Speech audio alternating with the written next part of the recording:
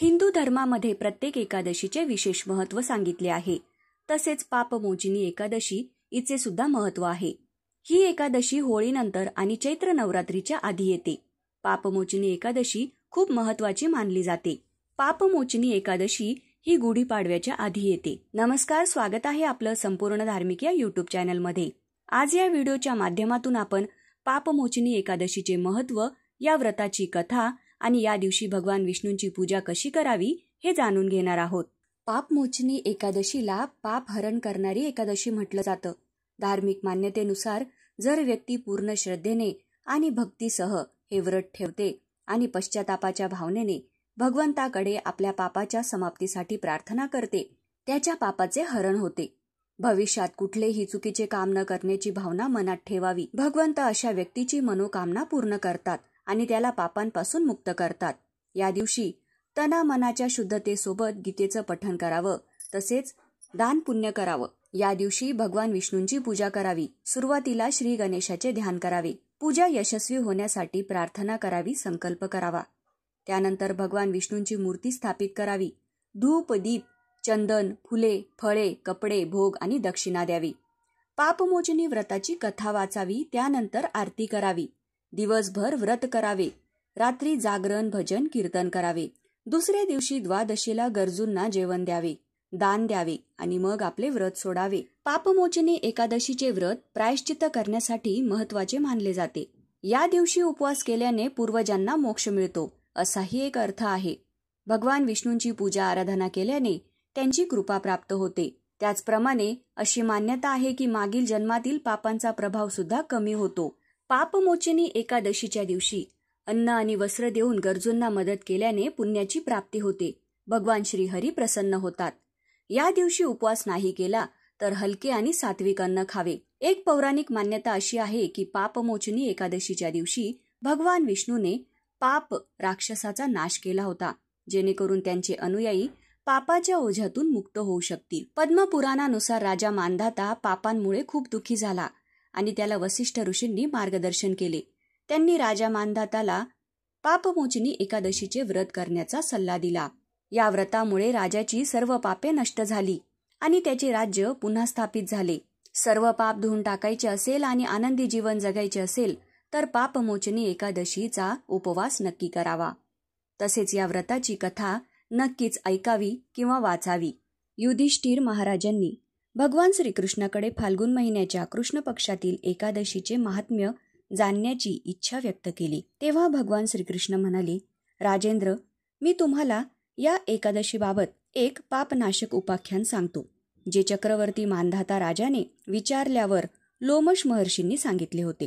मानधाता राजाने विचारले, भगवन, मी लोककल्याणार्थ हे ऐकू इच्छितो की फाल्गुन महिन्याच्या कृष्ण पक्षात कोणती एकादशी येते, तिचा विधी कसा आहे आणि त्यामुळे कोणत्या पुण्यफळाची प्राप्ती होते, हे सविस्तर सांगण्याची कृपा करावी.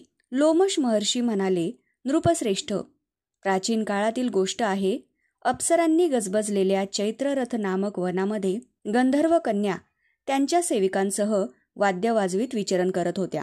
तिथे मंजू घोष नावाची अप्सरा मेधावी मुनींना मोहित करायला गेली. ते महर्षी चैत्ररथ वनात राहून ब्रह्मचर्याचे पालन करीत होते. मंजू घोषा मेधावी मुनींच्या भीतीने आश्रमापासून एक कोस दूरच थांबली आणि मंजूळ वीणा वाजवीत सुमधुर गीत गाऊ लागली. मुनीश्रेष्ठ मेधावी फिरत फिरत तिकडे गेली आणि त्या रूपवान अप्सरेला अशा प्रकारे गाताना पाहून तत्क्षणी तिच्यावर मुग्ध झाले. मुनींची अशी अवस्था पाहून मंजू घोषा त्यांच्याजवळ आली आणि वीणा खाली ठेवून त्यांना आलिंगन देऊ लागली. मेधावी देखील तिच्यासोबत रमण करू लागले. त्यांना दिवस व रात्रीचेही भान राहिले नाही. अशा प्रकारे अनेक दिवस निघून गेले. एके दिवशी मंजू घोषा देवलोकाला जायला निघाली. जाताना ती मुनिश्रेष्ठ मेधावींना म्हणाली, ब्रह्मन, आता मला माझ्या लोकी जाण्याची आज्ञा द्यावी. मेधावी म्हणाले, देवी, जोपर्यंत प्रातःसंध्या होत नाही तोपर्यंत माझ्याजवळच थांब. अप्सरा म्हणाली, विप्रवर, आत्तापर्यंत न जाणो किती संध्या निघून गेल्या. माझ्यावर कृपा करून आजपर्यंत व्यतीत झालेल्या वेळेचा विचार तरी करा. महर्षी लोमश म्हणतात, राजन, अप्सरेचे बोलणे ऐकून मेधावी चकित झाले. त्यांनी व्यतीत केलेल्या वेळेचा विचार केला तेव्हा कळून चुकले की तिच्यासोबत राहता राहता 57 वर्षे होऊन गेली आपल्या तपश्चर्येचा विनाश करणारी समजून मुनींचा राग अनावर झाला आणि ते तिला शाप देत म्हणाले, पापिनी, जा, तू पिशाचिनी होशील. मुनींच्या शापाने ती दग्ध होऊन विनम्रपणे नतमस्तक होत म्हणाली, विप्रवर, शापातून माझा उद्धार करावा.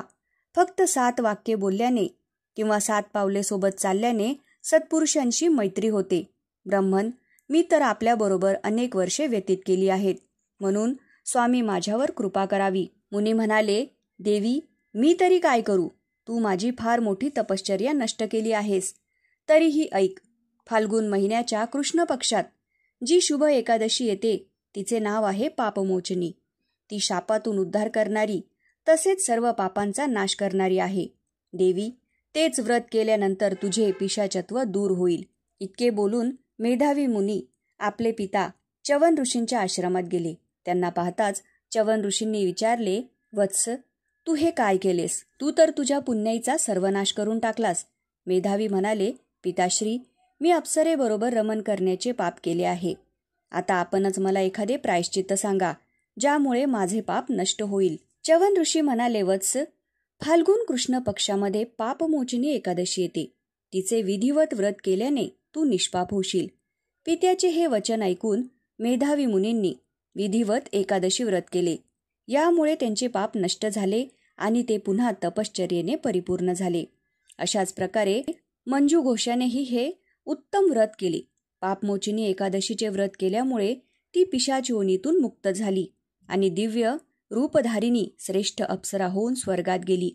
भगवान श्रीकृष्ण म्हणतात, राजन, जे श्रेष्ठ पुरुष पापमोचनी एकादशीचे व्रत करतात त्यांची सर्व पापे नष्ट होतात.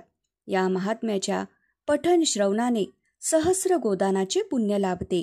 ब्रह्महत्या, सोन्याची चोरी, मद्यपान, गुरुपत्नी गमन करणारे महापातकी सुद्धा हे व्रत केल्याने निष्पाप होतात. हे एकादशी व्रत खूप पुण्यदायी आहे. या दिवशी भगवान विष्णूला पिवळी फुले अर्पण करावी. त्याचप्रमाणे भगवान विष्णूच्या सहस्रनामांचा जप करावा किंवा भगवान विष्णूंच्या मंत्राचा जप करावा. एकादशीच्या दिवशी भगवान विष्णूंना तुलसी दल अर्पित करावे. भगवान विष्णूसोबत देवी लक्ष्मीचीही पूजा करावी. देवीचाही अभिषेक करावा. त्याचप्रमाणे हळद, कुंकू, अक्षता आणि लाल फुले देवीला अर्पित करावीत. देवीच्याही मंत्रांचा जप करावा. पापमोचनी एकादशीला पाप हरण करणारी एकादशी म्हटलं जातं. धार्मिक मान्यतेनुसार जर व्यक्ती पूर्ण श्रद्धेने आणि भक्तीसह हे व्रत ठेवते आणि पश्चातापाच्या भावनेने भगवंताकडे आपल्या पापाच्या समाप्तीसाठी प्रार्थना करते, त्याच्या पापाचे हरण होते. भविष्यात कुठलेही चुकीचे काम न करण्याची भावना मनात ठेवावी. मित्रांनो, व्हिडिओ आवडला असेल तर व्हिडिओला लाईक करा, शेअर करा आणि संपूर्ण धार्मिक या यूट्यूब चॅनलला सबस्क्राईब करा. धन्यवाद.